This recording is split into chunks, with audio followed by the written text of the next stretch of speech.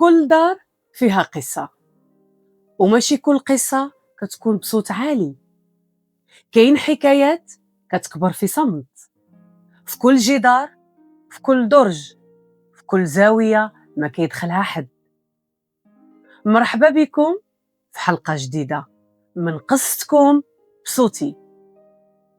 الليلة غادي نحكيو على قصة ما دارت لا ضجة لا شهرة، ولكن فيها وجع كثير من القصص اللي وصلوا للعناوين.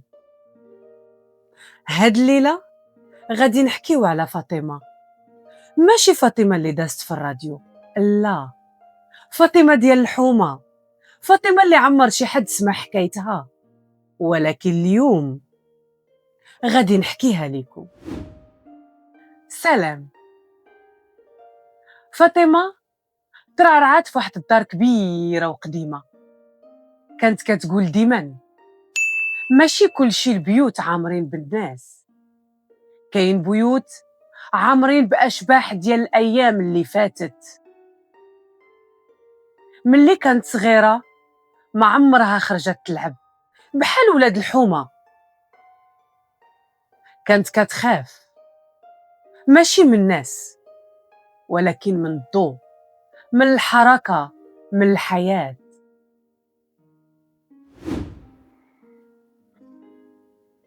تربات فاطمة في واحد العائلة محافظة بزاف.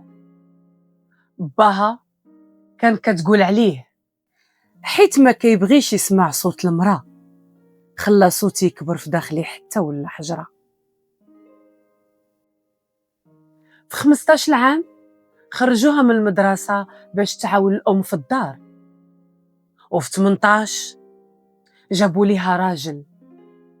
قالت ليه من ورا العقد أنا ظل ماشي مرأة، وما كانتش كيهمو، كان باغي طيف ساكن كيضوي الطابلة ويتهنى بيها من كلام الناس. مرت سنين وفاطمة ولدت 3 الأولاد، ولكن في كل مرة كانت كتولد كانت كتقول في صمتها ولد آخر يربيني أنا.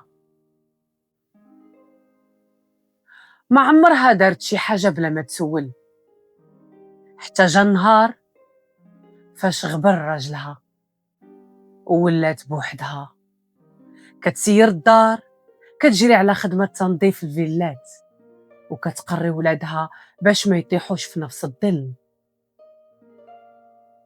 اليوم فاطمة خدامة في شركة تنظيف، ماشي خدامة وصافي، حتى حد ما كيصدق أنها ولات مديرة قسم النظافة.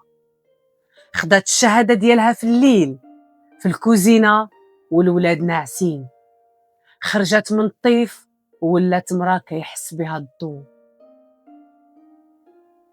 قالت لي يا فاطمة كنت ظل واليوم وليت مرا، ماشي باش يسمعوني ولكن باش أنا نسمع راسي.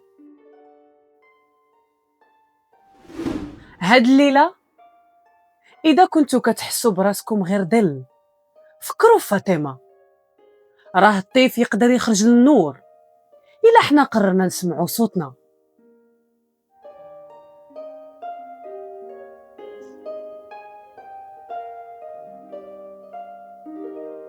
هاد القصة مستوحاة من أحداث حقيقية.